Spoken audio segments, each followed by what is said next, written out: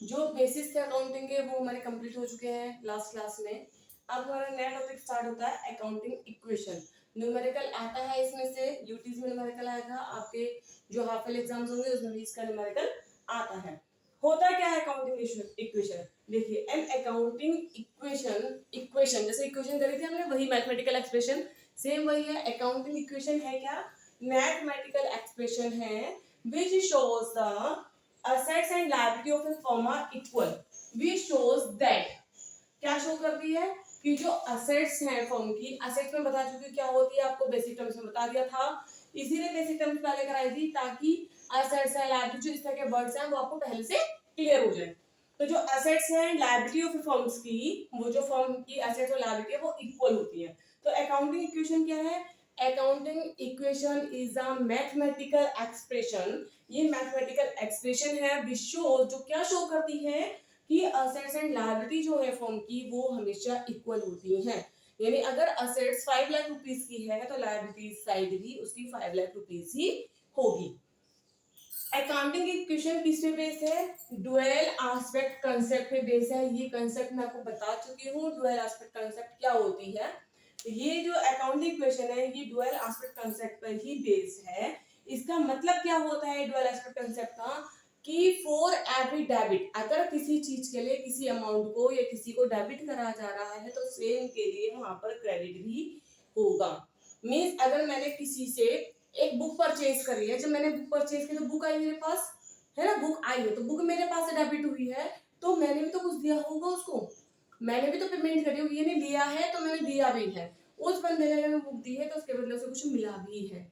यानी हर एक डेबिट के लिए वहां पर एक क्रेडिट भी होगा।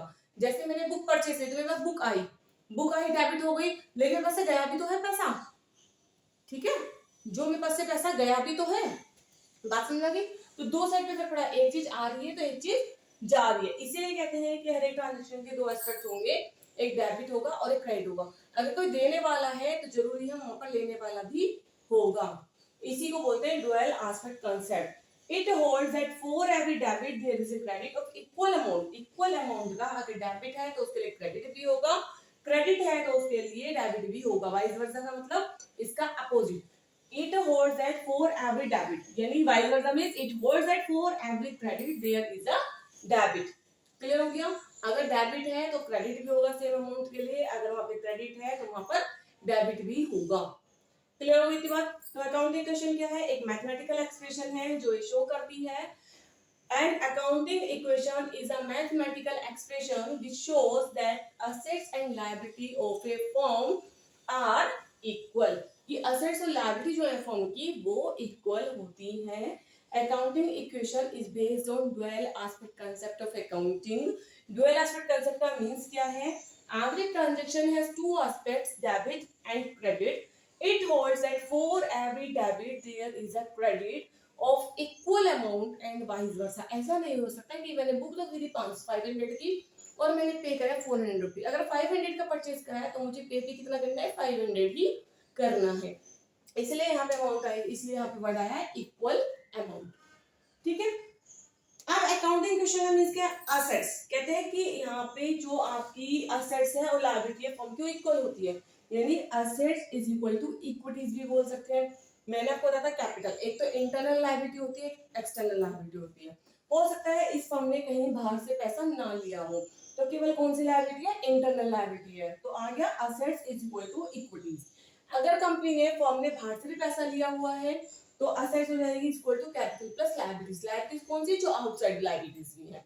कैपिटल तो हो गई इंटरनल लायबिलिटी जो ओनर ने खुद लगाई है, और ये वाली लायबिलिटी हो गई आउटसाइड लायबिलिटी जो बाहर से ली है। या ऐसे बोल सकते हैं, इसे लायबिलिटीज हमें निकालने तो कैसे निकालेंगे? असेट्स माइनस कैपिटल कर दें तो आपका आंसर लायबिलिटी आ जाएगा। कैपिटल निकालनी है तो असेट्स माइनस लायबिलिटी कर दें तो कैपिटल आ जाएगी। असेट्स में से कैपिटल लायबिलिटी दोनों माइनस कर दे तो आंसर क्या जाएगा? 0। रीजन क्या है? क्योंकि कैपिटल और लायबिलिटी हमेशा इक्वल होती है। एक बात क्लियर हो गई? ये सारे पॉइंट्स आप यहाँ पे डाल सकते हो कि what is the meaning of equation. तो आप पूरा एज इट इज यहाँ पे लिख सकते हो कि इक्वेशन है क्या विद एग्जांपल।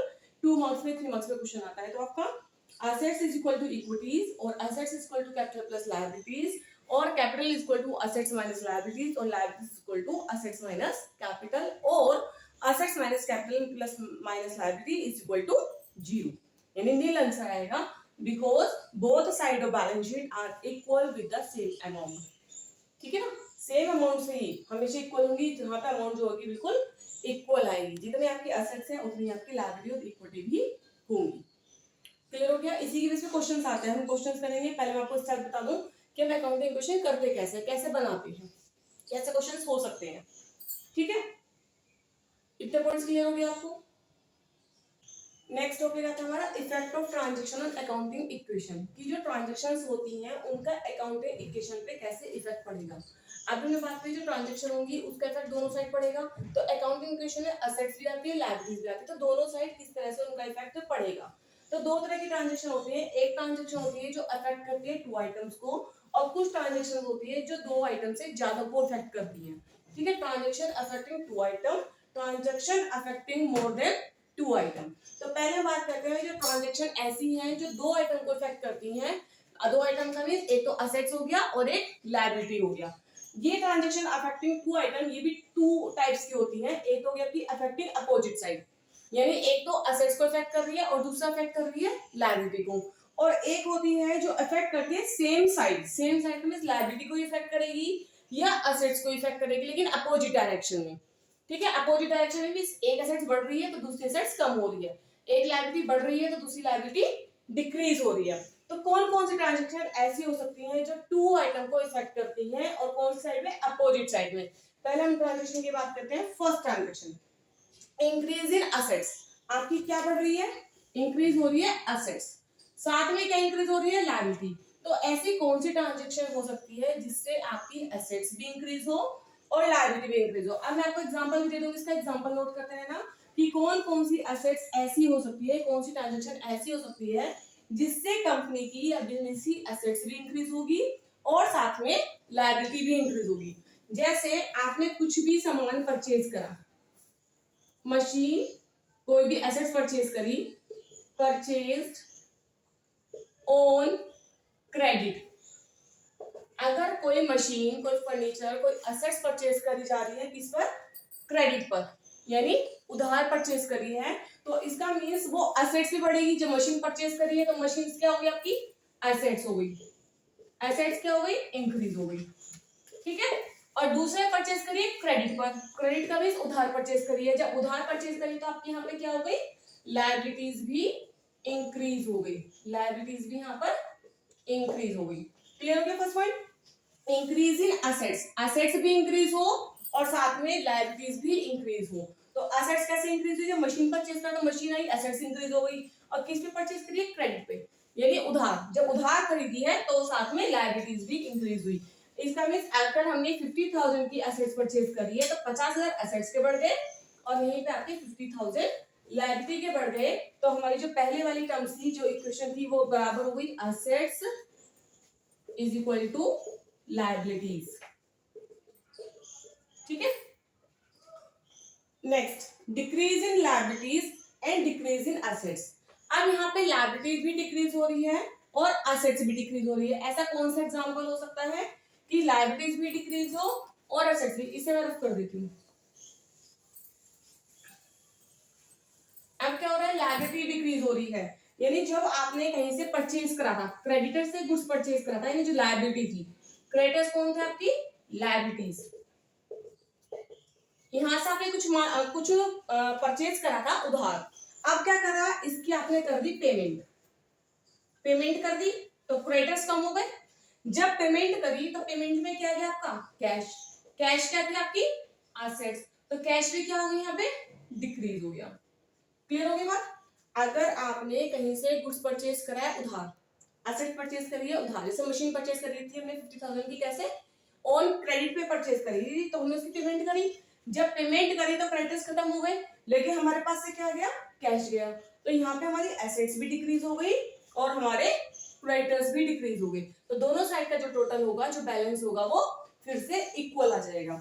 ये हो गया हमारा second point, decrease in liabilities and decrease in assets. इसका एक एग्जांपल डाल सकते हो। नेक्स्ट है increase in assets and increase in owners capital. अब क्या बढ़ रही है आपकी, एसेट्स बढ़ रही है और क्या बढ़ रही है, ओनर्स कैपिटल। क्या एग्जाम्पल हो सकता है इसका? जैसे किसी सोल प्रोप्राइटर ने अपने बिजनेस में पैसा लगाया, ये तो पैसा लगाता है वो, तो पैसा लगाया तो आपके पास क्या होगी, कैश आ गया, कैश बढ़ गया, साथ में ओनर की कैपिटल जो होगी वो इंक्रीज हो जाएगी। एक एग्जांपल क्या डाल सकते हो कि business started with cash, cash से बिजनेस स्टार्ट करा तो कैश एसेट्स भी बढ़ गई और इधर ओनर की कैपिटल भी इंक्रीज हो गई।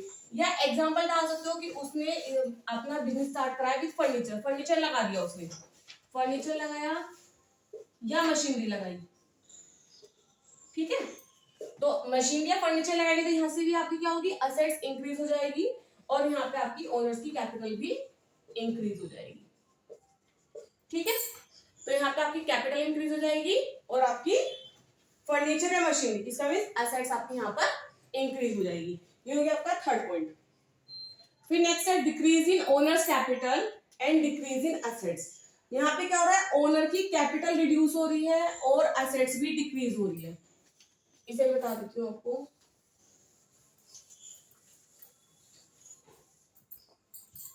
नेक्स्ट में क्या हो रहा है, ओनर की कैपिटल डिक्रीज हो रही है और इधर एसेट्स भी डिक्रीज हो रही है। तो इसका एग्जांपल क्या हो सकता है, drawing, drawing made by proprietor या ओनर लिख सकते हैं, ठीक है, प्रोप्राइटर लिख दीजिए या owner.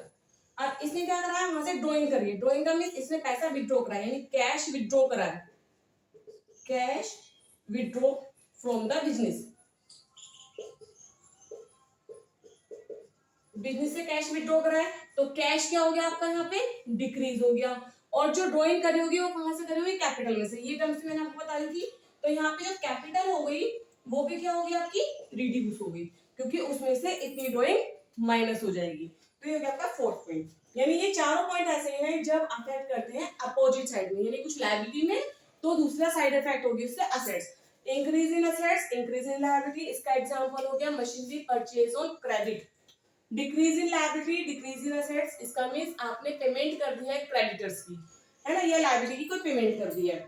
Increase in assets, increase in owners capital, इसका मींस कोई भी कैश लगाया गया है, किसने लगाया है, किसी ओनर ने लगाया है बिजनेस में एज ए कैपिटल, या मशीनरी और फर्नीचर लगाया है, कोई भी असेट्स भी इंट्रोड्यूस कर सकता है बिजनेस के अंदर एज ए कैपिटल, तो कैपिटल भी इंक्रीज हो जाएगी और असेट्स भी इंक्रीज हो जाएगी। डिक्रीज इन ओनर्स कैपिटल और डिक्रीज इन असेट्स, इसका example drawing made by the proprietor, इससे आपकी कैपिटल भी रिड्यूस होगी और जो कैश था, क्योंकि कैश विड्रॉ करा होगा तो यहाँ से कैश भी डिक्रीज हो जाएगा, ठीक है।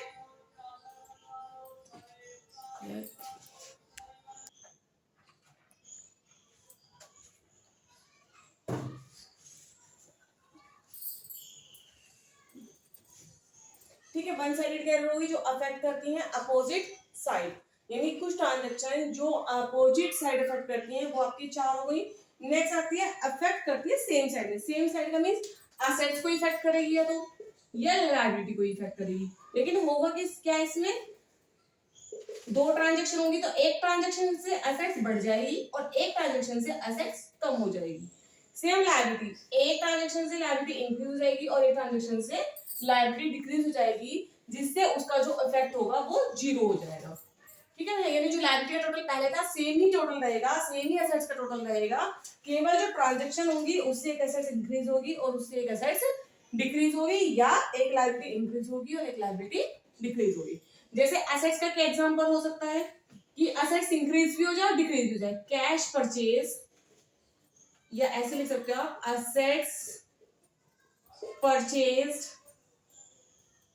In cash.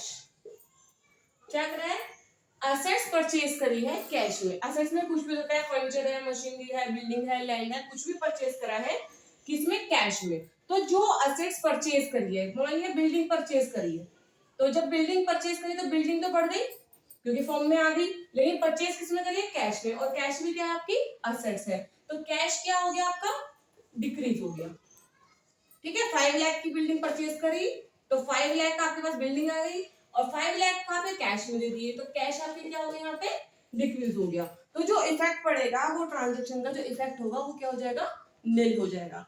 एक एसेट्स बढ़ गई और दूसरी एसेट्स डिक्रीज हो गई, तो जो आपकी अकाउंटिंग इक्वेशन रहेगी उन दोनों का टोटल क्या रहेगा, हमेशा सेम रहेगा। यानी assets is equal to liability plus capital का जो टोटल आएगा वो आपका सेम आएगा। क्लियर हो गया। नेक्स्ट है decrease in liability and increase in another liability. अब लायबिलिटी भी इंक्रीज हो रही है, एक लायबिलिटी इंक्रीज हो रही है और दूसरी लायबिलिटी डिक्रीज हो रही है। इसका क्या एग्जांपल हो सकता है?